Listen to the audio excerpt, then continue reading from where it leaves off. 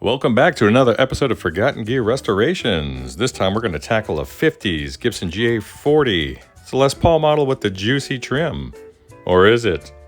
We're going to find out. Thank you for liking and subscribing. Thank you for all your support, for hanging out. Bye. Alright guys, here we go. Back in that 50's Gibson GA-40. What am I doing? So we're doing a cap job, a proper one too. We want to keep the original look from the exterior, so we're going to keep those old cap cans in place. And this is what I'm dealing with. It's just a 3D disaster. You can see there was some pretty significant leakage there, and then here as well. A lot of failed solder joints. Look at that little guy right there. The prior tech was trying to solder to an actual finished exterior. Of course, it's not going to stick to that.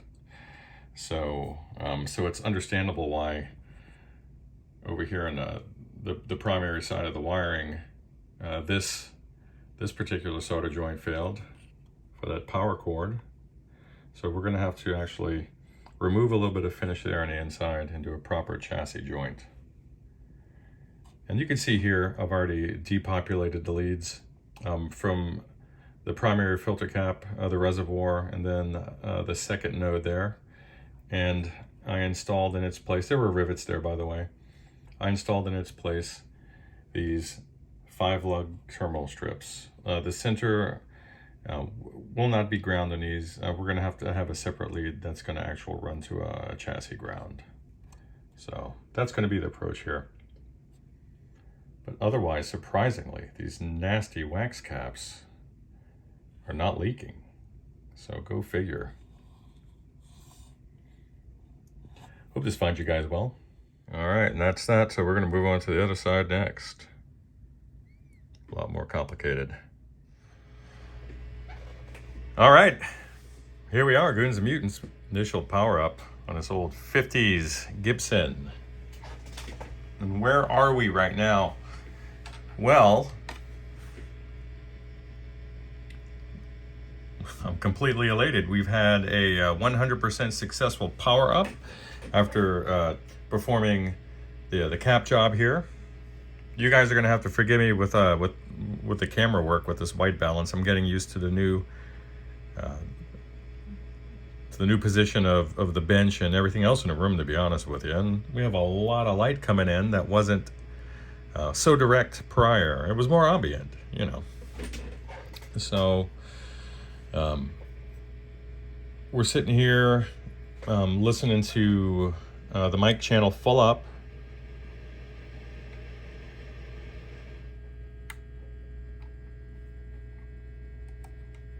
We have a little background hum here.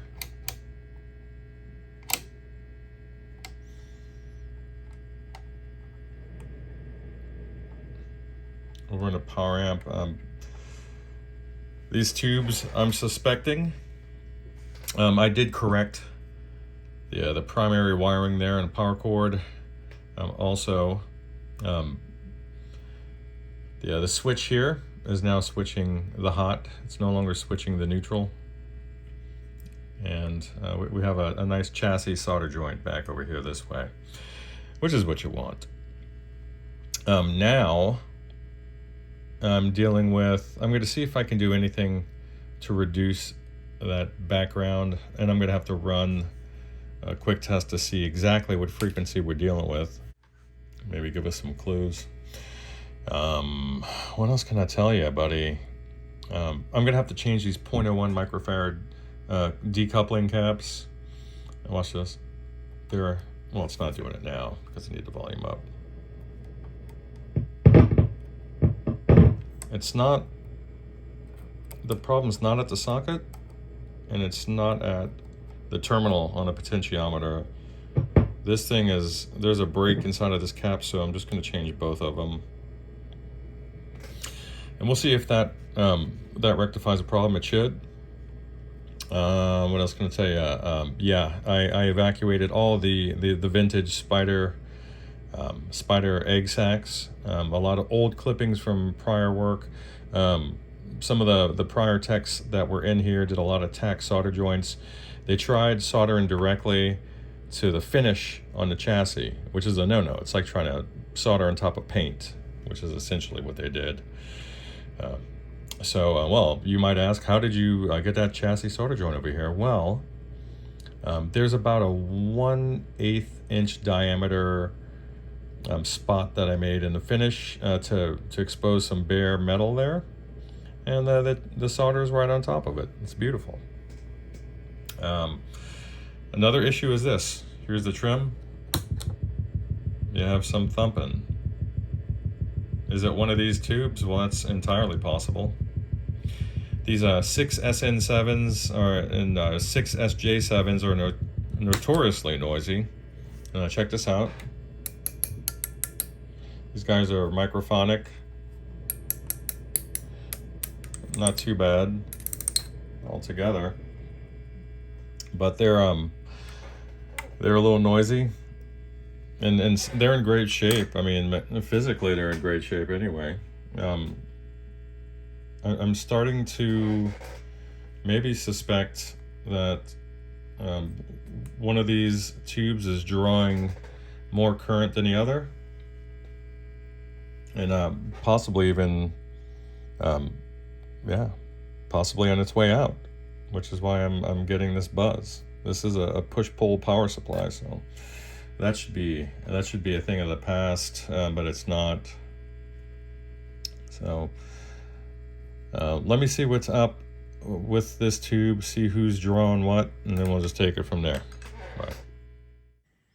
All right, Aldo, so you need a new pair of 6V6s. They're not canceling out the even order harmonics there. One tube is conducting way more than the other, and then all of my spares are not evenly matched because I have them in singles, so you're going to need a new pair of 6V6s.